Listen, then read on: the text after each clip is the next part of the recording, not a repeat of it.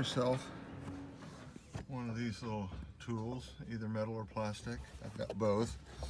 And you just put it under, work it underneath these clips. And then work your way around, and they will usually pop out with a little bit of effort. Sometimes they'll be stubborn, like this one. There we go. So, yeah. And then this trim piece can just be folded back out of the way, and we have our access to our bolts. So, changing out the rear struts and springs in a 2009 Corolla S.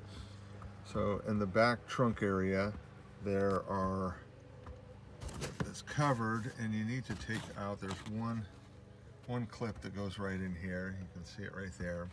And once that is, you can actually bend this out of the way.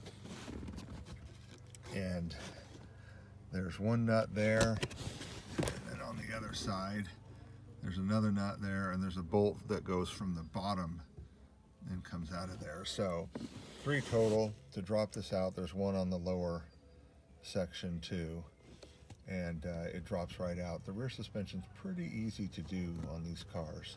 So come out here,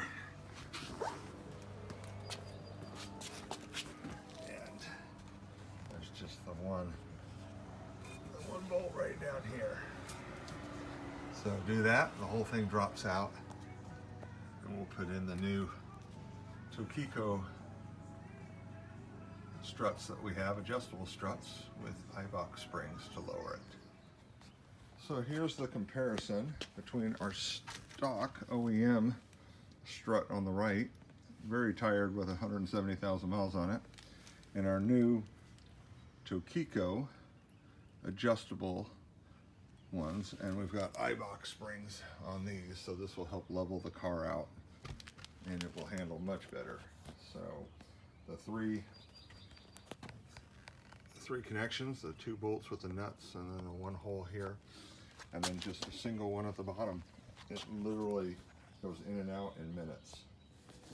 All right, everything is back in. 2 nuts on each side are in, and the 1 bolt from underneath, and we have